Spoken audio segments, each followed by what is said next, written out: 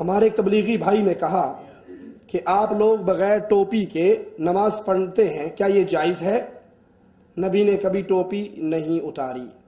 حضرت اسماء روایت فرماتی ہیں کہ ابو بکر رضی اللہ عنہ وارضاہ نے ایک چادر میں نماز پڑھائی، جو انہوں نے آدھی نیچے باندھ لی اور آدھی اوپر لے کر اپنے کندھوں پر باندھ لی اور ایک چادر میں نماز پڑھائی۔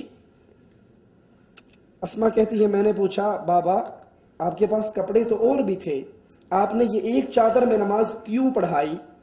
فرمانے لگے اس لیے کہ رسول اللہ صلی اللہ علیہ وسلم نے زندگی کی آخری نماز ہمیں ایک کپڑے میں ہی پڑھائی تھی۔ ایک صحابی آتے ہیں، سر پہ کپڑا ہے، اتار کے نیچے رکھ دیتے ہیں اور ننگے سر نماز پڑھتے ہیں۔ دوسرے صحابی کہتے ہیں آپ کے پاس کپڑا تھا پھر آپ نے ننگے سر ہو کر نماز کیوں پڑھائی؟ کہا اس لیے تاکہ تمہیں تعلیم دوں، تمہیں بتاؤں کہ سنت رسول اللہ صلی اللہ علیہ وسلم ننگے سر نماز پڑھنے کی بھی ہے۔ تو ننگے سر بھی نماز ہو جاتی ہے، سر پہ کپڑا ہو تب بھی نماز ہو جاتی ہے، کوئی مسئلہ نہیں۔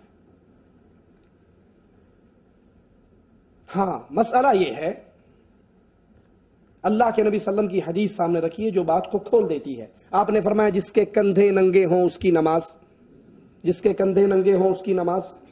اگر سر ڈھانپنا نماز کی شرط ہوتی تو نبی کو یہ فرمانا چاہیے تھا نا جس کا سر ننگا ہو اس کی نماز۔ مسجد میں آؤ اپنی زینت اختیار کر کے آؤ، کسی کے پاس اچھی ٹوپی، اچھا رومال، اچھا کپڑا سر پہ ہے وہ لے کر آ جائے، اچھی بات ہے، کوئی بری بات نہیں۔ لیکن اگر کسی نے اپنے سر پہ نہیں لیا تب بھی وہ کھجور کے تنکوں کا بنا ہوا چھکو سمجھتے ہیں جو اونٹ کے منہ پہ چڑھایا جاتا ہے کسی کو کاٹ نہ لے، وہ مسجد کے دروازے پر ہی پڑا ہوتا ہے، اندر داخل ہوتے اٹھایا سر پہ رکھا، اللہ اکبر، نماز پڑھ کے واپس آئے، جب جوتی پہنی یاد آیا کہ چھکو تو لائے نہیں سی، وہ تو سر پہ ہی ہے، اتار کے وہیں سے اٹھا کے پھینک دیا۔ کرتے ہیں یا نہیں کرتے؟ اب کچھ ترقی ہو گئی ہے تو اب وہ کھجور کے تنکوں کی بجائے پلاسٹک کے چھکو آ گئے ہیں۔ چائنا نے ترقی کر لی نا، ہر چیز بنا رہا ہے مسلمانوں کی، تو اس نے یہ بھی بنا دی۔ اب سوچئے قرآن کہتا ہے مسجد میں آؤ تو زینت اختیار کرو۔ اب یہ پلاسٹک یا کھجور کے تنکوں کے چھکو چڑھانے والوں سے پوچھو کہ یہ چھکو پہن کر تم ولیمے پہ جاؤ گے؟ تم دکان پہ جاؤ گے؟ تم کاروبار پہ جاؤ گے؟ تم ڈیوٹی پہ جاؤ گے؟ نہیں جاؤ گے، پھر ڈرامہ کرنے کے لیے مسجد ہی رہ گئی ہے۔ دیکھو میں نے یہ رومال پہنا ہے، یہ رومال پہن کے میں اللہ کے گھر میں بھی آ سکتا ہوں، یہ رومال پہن کے آپ کسی بھائی کی شادی ہو یا میری اپنی شادی ہو اس میں بھی جا سکتا ہوں، ٹھیک ہے؟ آمین نہیں کہا، بڑے کنجوس ہو آپ۔ تو بازار بھی جا سکتا ہوں، ڈیوٹی پر بھی جا سکتا ہوں، سارے کام کر سکتا ہوں نا، ٹھیک ہے؟ لیکن وہ چھکو پہن کر ڈرامہ کرنے کے لیے ہم نے مسجد ہی رکھ لی ہے، اس کو پہننا جائز نہیں ہے۔ نمبر 2، جن بھائیوں کو اعتراض ہوتا ہے ننگے سر کا، پاکستان میں کسی مسجد میں چلے جاؤ اور ننگے سر جا کے آپ اللہ اکبر، جو ساتھ بیٹھا ہوگا نا بے ایمان وابی گستاخ ننگے سر آ گیا، ان سے پوچھو کیا ہوا؟ اور ننگا سر کرنا توہین ہے۔ ان سے پوچھو حج میں آ کر سارے ننگا سر نہیں کرتے، ٹینڈ بھی کروا لیتے ہیں، یہاں سارے توہین کرتے ہیں۔ پھر ایک سوال، دوسرا سوال کہ تمہارے مذہب میں ننگا سر کرنا توہین نہیں، کرامت ہونی چاہیے۔